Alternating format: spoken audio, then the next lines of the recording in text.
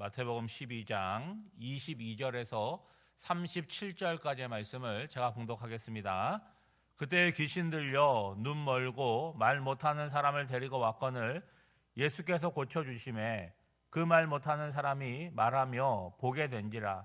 무리가 다 놀라 이르되 이는 다윗의 자손이 아니냐 하니 바리새인들은 듣고 이르되 이가 귀신의 왕 바알세불을 힘입지 않고는 귀신을 쫓아내지 못하느니라 하거늘 예수께서 그들의 생각을 아시고 이르시되 스스로 분쟁하는 나라마다 황폐하여질 것이요 스스로 분쟁하는 동네나 집마다 서지 못하리라.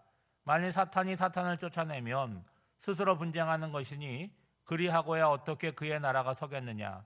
또 내가 바알세불을 힘입어 귀신을 쫓아내면 너희 아들들은 누구를 힘입어 쫓아내느냐. 그러므로 그들이 너희의 재판관이 되리라. 그러나 내가 하나님의 성령을 힘입어 귀신을 쫓아내는 것이면 하나님의 나라가 이미 너희에게 임하였느니라. 사람이 먼저 강한 자를 결박하지 않고서야 어떻게 그 강한 자의 집에 들어가 그 세간을 강탈하겠느냐. 결박한 후에야 그 집을 강탈하리라. 나와 함께 아니하는 자는 나를 반대하는 자요 나와 함께 모으지 아니하는 자는 해치는 자니라. 그러므로 내가 너에게 이르노니 사람에 대한 모든 죄와 모독은 사하심을 얻되 성령을 모독하는 것은 사하심을 얻지 못하겠고 또 누구든지 말로 인자를 거역하면 사하심을 얻되 누구든지 말로 성령을 거역하면 이 세상과 오는 세상에서도 사하심을 얻지 못하리라. 나무도 좋고 열매도 좋다 하든지 나무도 좋지 않고 열매도 좋지 않다 하든지 하라. 그 열매로 나무를 아느니라. 독사의 자식들아 너희는 악하니 어떻게 선한 말을 할 수 있느냐. 이는 마음에 가득한 것을 입으로 말함이라. 선한 사람은 그 쌓은 선에서 선한 것을 내고 악한 사람은 그 쌓은 악에서 악한 것을 내느니라. 내가 너에게 이르노니 사람이 무슨 무익한 말을 하든지 심판날에 이에 대하여 신문을 받으리니 내 말로 어렵다함을 받고 내 말로 정죄함을 받으리라. 아멘. 정상적인 사람이라고 할지라도 누군가를 미워하고 그 사람에게 대한 적대감을 갖고 있으면 판단에 오류가 생기게 됩니다.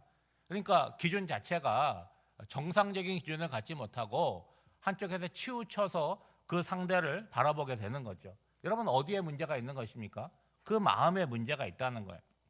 예수님께서 공생애를 시작하시고 하신 일들이 천국 복음을 전하시고 또 가르치시고 또 병든 자를 고치셔요.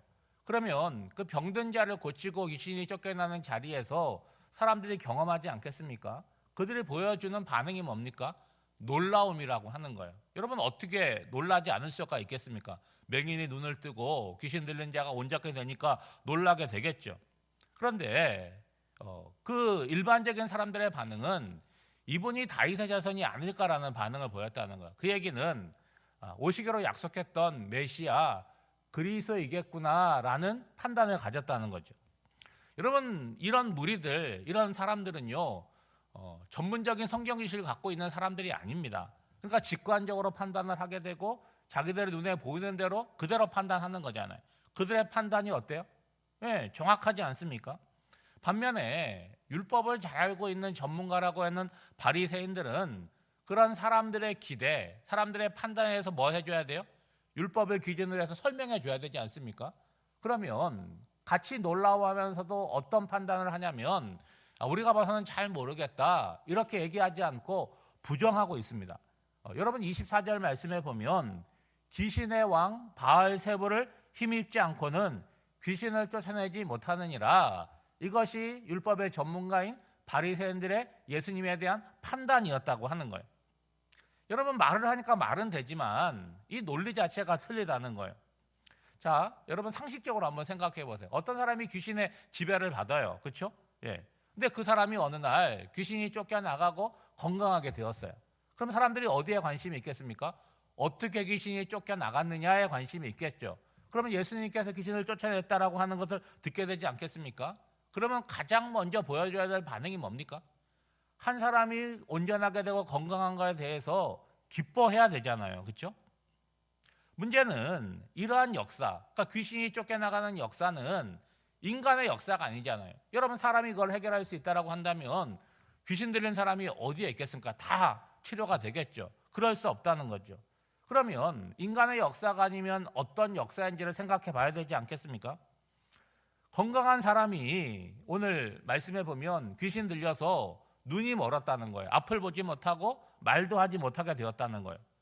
좋았던 사람이 나빠지게 된 거예요. 불행한 일입니다. 그러면 이거는 인간의 역사가 아니면 둘 중에 하나이지 않겠어요? 하나님의 역사이거나 악한 영의 역사인데 나쁘게 된 건데 어떻게 하나님의 역사가 될 수 있겠습니까? 악한 영의 역사임이 판단이 되겠죠. 근데 이제는 반대로 그렇게 고통당하던 사람이 예수님에 의해서 회복이 되었어요. 귀신이 쫓겨나가니까 보게도 되었고 말도 하게 되었다는 거예요. 그러면 이거는 인간의 역사가 아니면 어떤 역사로 보는 게 정상적인 판단이겠습니까?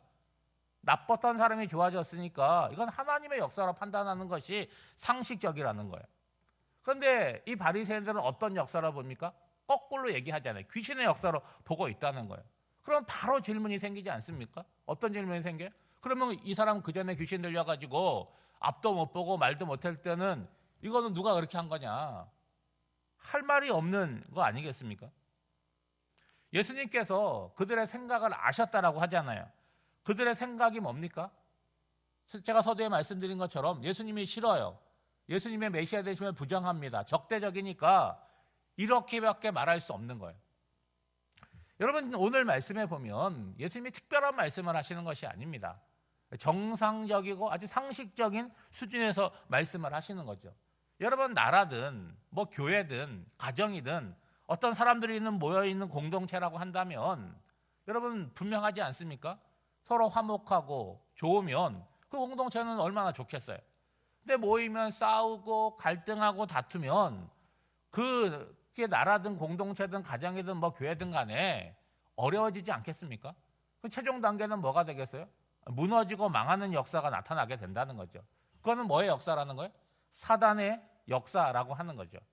그러면 그런 일반적인 상식적인 논리를 사단이라고 하는 공동체, 사단의 나라에 한번 대응을 해보라는 거예요. 그럼 자기네들끼리 싸우고 다투면 사단의 나라는 어떻게 되겠느냐라고 하는 거죠. 예수님이 물으세요. 너희 말대로 내가 귀신의 왕인 바알세부엘의 힘을 힘입어서 귀신을 쫓아낸다면 너희 아들들은 누구를 힘입어서 귀신을 쫓아내느냐라고 얘기하는 거예요. 이게 무슨 얘기냐? 여러분 예수님 말고도 유대인들 가운데서도 이런 축사의 능력을 갖고 있는 사람들이 있지 않겠습니까? 예? 뭐 다 할 수 있는 건 아니겠지만 그러면 그런 사람들은 누구의 힘을 입어서 귀신을 쫓아내느냐 묻는 거죠. 다시 말하면 너희들 왜 어거지를 부리냐라고 얘기하는 거예요.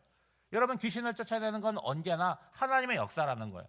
그런데 저들은 마음의 완고함으로 말미암아 그걸 뒤집어서 부정하고 있는 거죠. 여러분 28절 말씀입니다. 그러나 내가 하나님의 성령을 힘입어 귀신을 쫓아내는 것이면 하나님의 나라가 이미 너희에게 임하였느니라. 여러분 이 말씀은 기쁜 소식이면서 두려운 말씀이라는 거예요.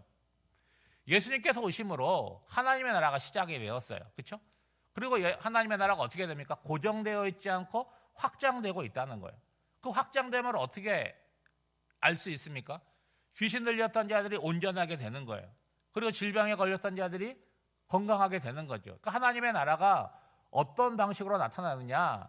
악한 영이 쫓겨나가고 질병들이 쫓겨나가고 하나님의 나라가 회복되고 확장되고 있는 것으로 나타나는 거죠. 그래서 복음이 뭡니까? 기쁜 소식이라고 표현하잖아요. 그러니까 문제는 뭐냐? 하나님의 나라가 시작되었는데 내가 그 나라의 백성이 되느냐? 그 문제가 중요하다는 거예요. 여러분 하나님의 나라는요 거기에 속하든가 거기에 제외되든가 둘 중에 하나이지 나는 거기도 아니고 여기도 아니고 어정쩡하게 제3의 자리는 없다라고 하는 거예요. 그러니까 예수님을 통해서 이루어지는 하나님의 나라 그 역사를 보면서 뭐 해야 됩니까? 기뻐해야 되죠. 내가 서 있는 자리가 거기 영역에 속해 있는지 제외되는지를 살펴야 되지 않겠습니까? 근데 문제는 뭐예요? 반대하고 있다는 거예요. 방해하고 있다는 거예요. 이거에 대해서 예수님께서 분명히 경고하십니다. 사랑하는 여러분, 우리가 신앙생활을 하면서 뭐 신앙생활도 마찬가지고 일상을 살아가면서 어떤 영적인 분별력을 가지고 사는 거 중요하잖아요. 여러분 누가 봐도 명확한 건데 나만 아니라고 할 수 있겠습니까? 여러분 마음을 곱게 써야 되는 거죠. 누군가를 미워하고 질투하고 시기하게 되면요, 그 눈이 멀게 되고 마음이 꼬여가지고 판단이 흐려지게 되는 거예요. 여러분 예수님께서 오신 시대, 동일한 시대를 살아가잖아요. 일반 무리들 하나님 말씀 잘 몰라요. 그렇지만 보는 그대로 어떻게 합니까? 하나님 나라가 임했구나, 저분이 그리스도이구나, 가까이 가고 하나님 나라를 경험하고 누려요. 근데 말씀을 잘 알고 있다고 하는데 오히려 어떻게 됩니까? 대적하고 있어요. 예. 여러분 누가 똑똑하고 누가 어리석은 것입니까? 예수님께서 분명하게 말씀하시잖아요. 사람을 대적하는 거 어떠한 말을 할지라도 용서받을 수 있다. 그러나 성령을 거스르고 모독을 했다면 그것은 절대로 용서가 없다라고 얘기를 하잖아요. 그러면서 뭐라고 얘기하냐면 나무를 비유로 들어서 얘기합니다. 어떤 나무가 있어요? 그럼 열매가 좋아요, 이 나무가. 그러면 열매만 좋은 것이 아니라 열매가 좋은 것은 뭐가 좋기 때문입니까? 나무가 좋은 거예요. 여러분 우리가 전문적인 그런 사람들이 아니니까 사과가 달려있으면 그게 사과나무인지 알지, 사과가 안 달려있으면 그게 사과나무인지 잘 모르거든요. 그러니까 나무도 좋고 열매도 좋다고 얘기를 하는 것이고, 반대로 열매가 나쁘면 나무도 나쁘다라고 얘기하는 것이 정상적인 거 아니냐는 거예요. 왜 이 말씀을 하십니까? 귀신이 쫓겨나가는 게 뭐라는 거예요? 열매잖아요. 그 열매를 보고 나서 뭐라고 얘기하는 거예요? 예수님이 그리스도라고 얘기를 해야 되는데 귀신이 쫓겨나는 것을 보면서도 뭐라고 말하는 거예요? 나무가 나쁘다라고 얘기하는 것, 그 바리새인들을 지적하는 거죠. 여러분 34절 말씀입니다. 독사의 자식들아, 너희는 악하니 어떻게 선한 말을 할 수 있느냐. 여러분 이 정확한 지적이라는 거예요. 우리가 어떤 말을 하게 될 때, 지금 바리새인들이 이런 부정적인 말을 하는데 그 말이 요 입에서만 나오는 것이 아니라는 거예요. 마음과 생각 속에 쌓여 있는 것들, 그런 것들이 때가 되어서 입을 통해서 출력이 되는 거죠. 그러니까 바리새인들의 입술의 문제가 아니라 뭐가의 문제라는 거예요? 그들의 마음과 생각의 문제라는 거예요. 오늘 말씀의 결론입니다. 우리가 무슨 말을 했는지 다 할 수가 있어요. 어떤 의견인지 다 낼 수 있습니다. 그렇지만 여러분 언젠가도 아니겠죠. 조만간이겠죠. 내 입을 통해서 나오는 말들, 내가 판단했던 모든 것들에 대해서 누가 책임져야 된다는 거예요? 내가 책임져야 된다는 거예요. 그걸 잊지 말라는 거죠. 그래서 내가 한 말로 말미암아 내가 의롭게 되기도 하고 정죄함을 받기도 한다는 거예요.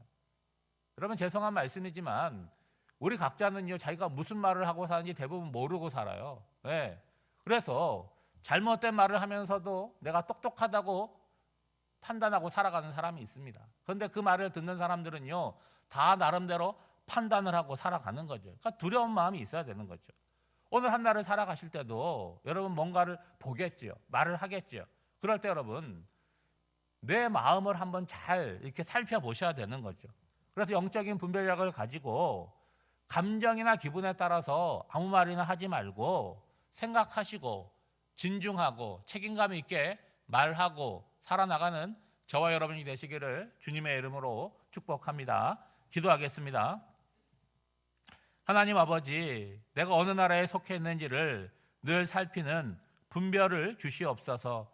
세상에 살면서 그것이 전부인 것처럼 살아가지 않고 하나님 나라의 백성임을 의식하며 살아가게 하옵소서.